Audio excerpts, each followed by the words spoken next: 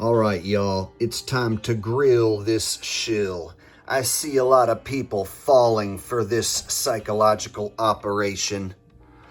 Look at here, it says what Alex Jones' $50 million fine means for others profiting off disinformation. A lot of people falling for this one.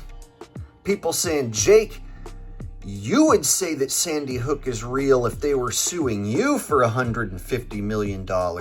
Jake, you would flip-flop on everything you've ever said if they were suing you.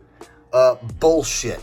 First off, they would never sue me. They would never shine the spotlight on Jake the asshole, because then thousands of people, millions of people perhaps, would discover my channel and watch my content and discover the truth. Instead, they're going to have the controlled opposition, the agent in place. He's going to partake in the fake courtroom made-for-TV drama. Remember, folks, just because it happens in a courtroom does not make it real. Roll them. This is beyond any kangaroo rig court ever. After a Texas court handed the conspiracy theorist a nearly $50 million punishment for defaming the family of a Sandy Hook mass shooting victim, Alex Jones was back online. And I knew it was all rigged, but I wanted to show the world this. But the mother of Jesse Lewis, a child gunned down in 2012, called this a big win for all the victims' families.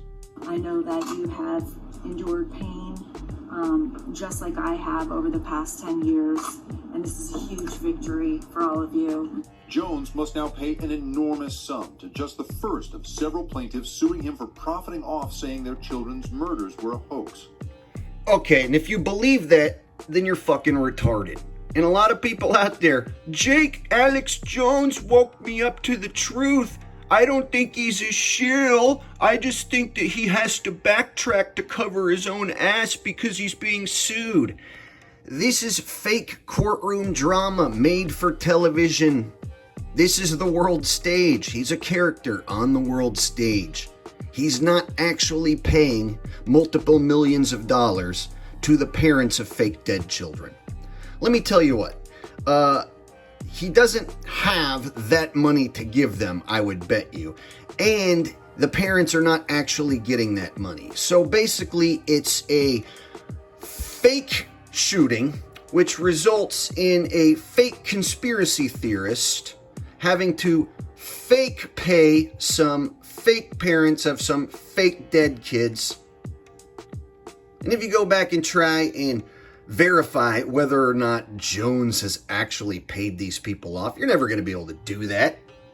Come on, people. This is as fake as any of the made-for-TV trials that you see on television that get tons of mainstream attention, like the Johnny Depp and Amber Heard shit, and even back as like the OJ trial. They've been doing this same bullshit where they have a fake courtroom, fake actors set up. It's all bullshit for the world stage. You got to learn to see through the bullshit, people.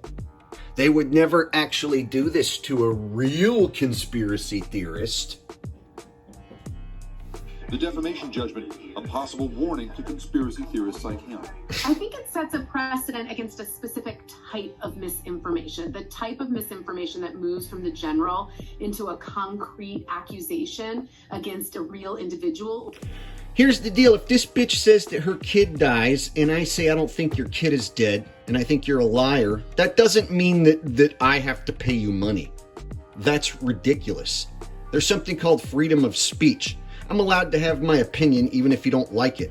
And if somehow I make money off my opinion, which you don't like, well, tough shit. That's why I know this whole thing is rigged and bullshit. It's a bluff. It's a bluff made to scare anyone from opening their mouth.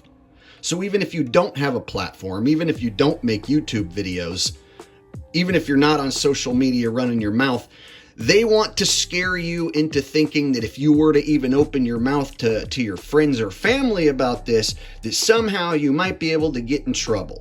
So they really are just trying to shut your mouth. They don't want you to even dare discuss this on social media or ever think of making a video like me, because they want you to be scared that you might get sued and lose your house and your car and your kids and all that stuff that you work so hard for.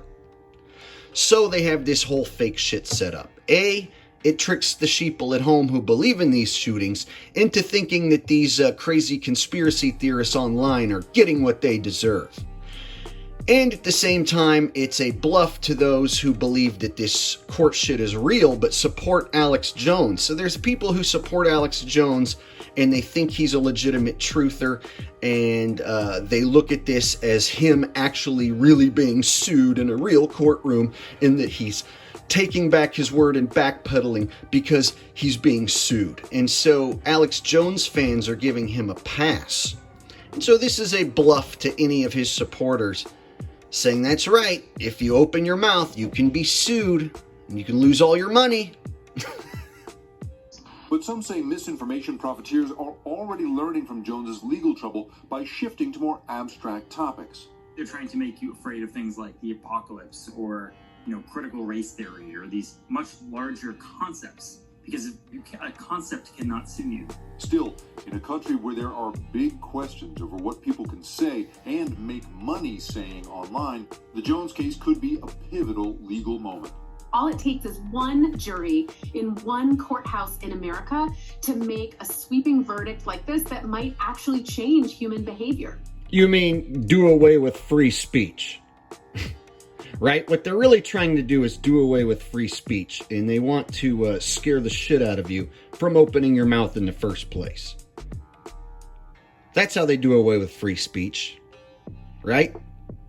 Just scare you if you're one of the folks who might just so happen to want to open your mouth and talk about something controversial. Well, they got this dude right here who's getting fake sued and fake paying out the fake money to the parents of the fake dead kids. It's all there to scare you, so you'll keep your mouth shut. And you'll listen to the narrative. Don't question the narrative.